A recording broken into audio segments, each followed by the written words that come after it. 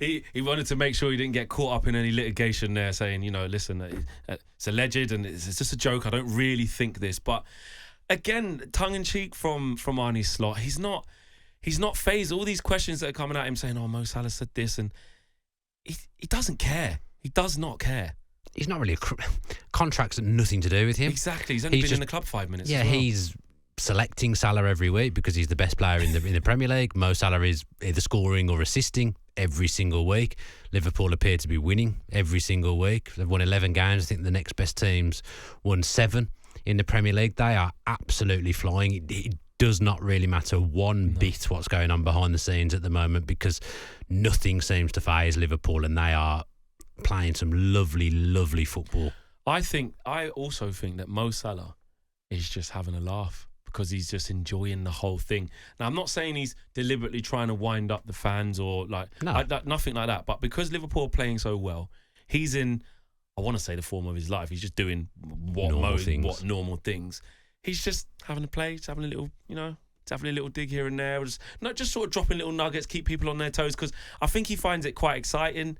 He may well know what his end decision's going to be and what's all going to happen, but I think in this moment, because he's that good, because Liverpool are that good, they're just in a good moment. I don't think Mo Salah would be talking like this if Liverpool were like 5th in the league and still trying to find their feet. Do you know what I mean? So I just think because everything's rosy, he's in a good mood, he's walking about all the games, with man of the match awards and stuff like that, which he deserves, as do a lot of other Liverpool players. I just think it doesn't really matter, and he's just happy to just be a bit more open about it. I think Mo Salah is playing for one of the best clubs there's ever been. They're playing so well. He's an integral part of that. Maybe they're not a lot better. Maybe they're better this season than he thought they were going to be, like you've just said. He's scoring goals for fun. He's just playing unbelievable football. I think he really, really wants to stay. And everything I've heard him say and everything that's written about him tells me he just wants to stay. Do you think they should break their wage structure for him? Do you think they should give him anything he wants because he's earned the right to demand that? Or is there like a threshold of like, almost towards Jamie Carragher's point of, if Mo Salah does leave, I promise you Liverpool will exist, will be fine. Yeah. We've moved on from big players before. I don't have Liverpool's finances in front of me or their wage structure in front of me, but I'm betting Mo Salah is relatively comfortably the highest paid player at the club already. I would imagine so. So giving him a little bit more, I don't think he's going to be asking for silly money on top of what he's on already. He's worth it. He's comfortably the best player in the Premier League, comfortably the best attacker in the Premier League. And if he leaves, Liverpool are going to find it very tough to replace that output and replace that reliability as a player who's so consistent in the front three. They're not going to really just be able to go and get that.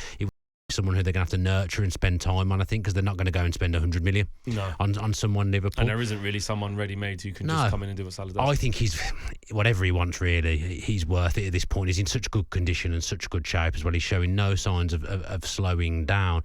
If we're at this point now and Salah wasn't producing the numbers that he's producing, I think you could ask questions of, is he worth it? Should they give him 1 year? Should they give him 2 or whatever? At this point, I still think giving him a 3-year contract, Liverpool have got absolutely nothing to lose there, because even if they decide to sell him in that 3 years, they'll get a lot of money from Saudi Arabia for him if they chose to at any point in that 3 years sell him.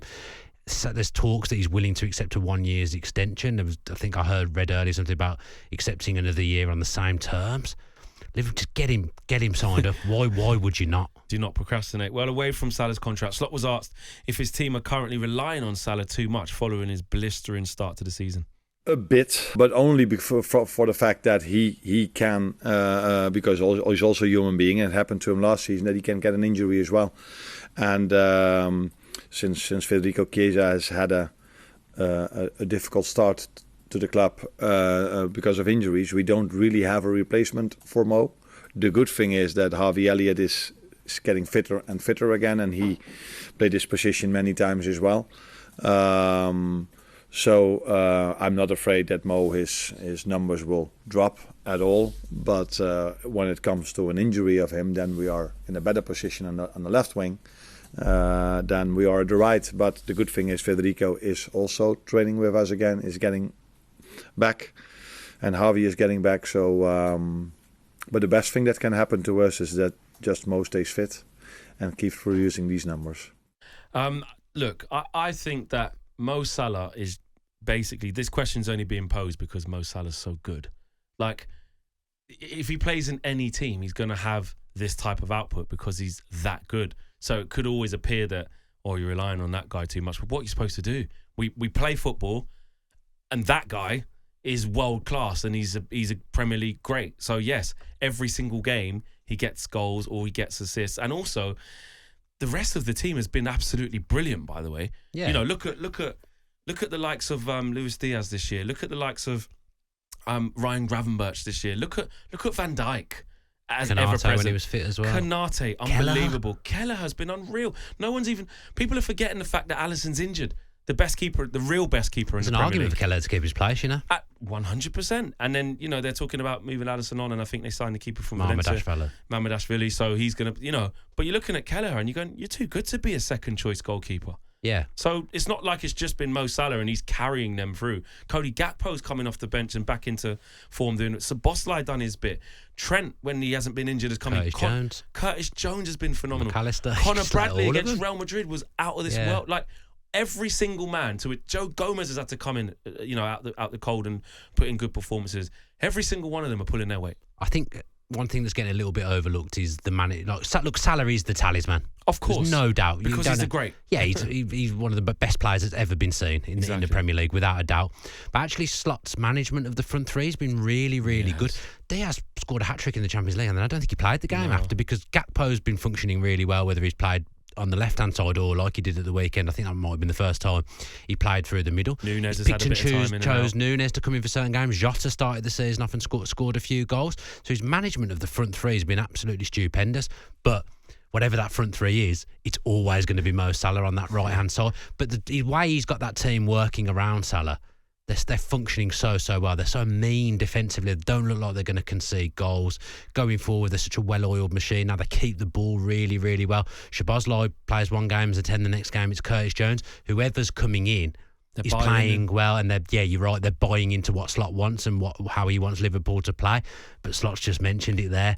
If there's no Mo Salah, there isn't really that player to play that role on the right-hand side the way in which Salah does, whereas everyone else, you kind of feel they can interchange at the moment and Liverpool don't lose anything. I've seen a lot of talk about basically people suggesting that Arne Slot was handed, you know, a really, really good squad, which he was. He was handed a really good squad.